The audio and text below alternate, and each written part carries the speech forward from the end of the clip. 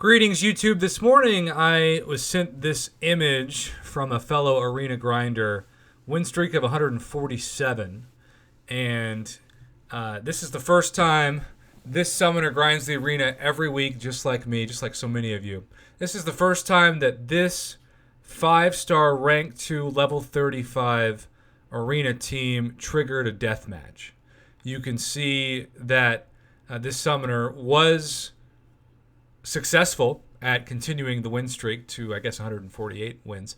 But it did come after a total PI combination of over 16,000, which is the most that I've ever been sent before. This is the similar team to what I run, as I do my best to take all my 5-stars now to at least rank 2, but hopefully quite a few of them to rank 3 as well. So yes, sometimes it can be a little deceiving because suicides can inflate your PI to the point that it's higher than normal, and if you're trying to get your PI where the summoner is and you don't use suicides, it's almost impossible to get them without ranking them up past. Like, you can get a rank 3 that's higher than rank 2, but obviously it's a rank 3. You're using more resources than rank 2.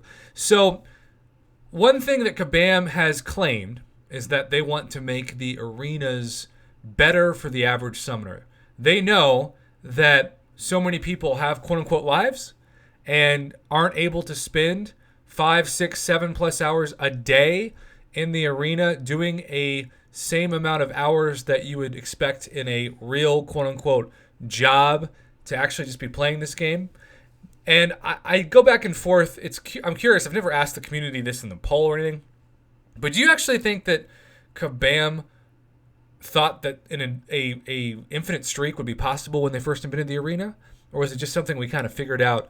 Because obviously the algorithm changes every time the prestige of summoners rises, particularly in, of course, the 5-star featured arena, because this is the only arena that you can use 6 stars, and more summoners are getting rank 3 6 stars thanks to 100% completion of Act 6 and exploration of that, as well as the Abyss.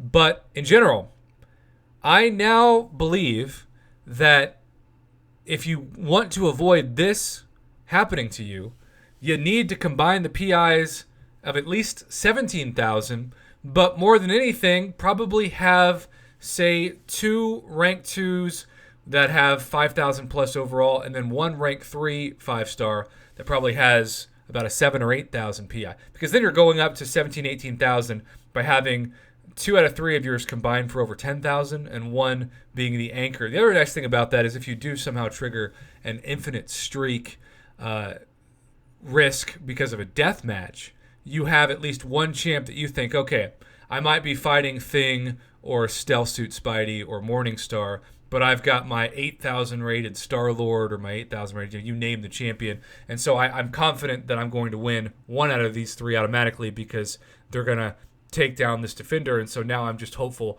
that one of these last 2 remaining champs does the trick. And as you can see, Vulture didn't get the job done versus Thing, but Magneto for this summoner did. Do you think that the arena would improve if the infinite streak was easier to maintain? Or is this something that, since we've just been so used to it for years, you think the system as is works just fine? Honestly, I go back and forth between both, and I would love to hear your thoughts in the comments. I want to thank this summoner for submitting this screenshot. I also like to keep videos under 5 minutes when possible. So I'm going to end this here and just say thanks for watching, and thanks in advance to everybody who commented on this arena situation. I would love to hear what would make you, a summoner that wants to do arena but doesn't have the time to actually commit, what would make it easier for you to want to grind. I do think a change of the premium shards to Grandmaster shards would be a good start, but it's going to take more than that. And your comments and your feedback is always appreciated.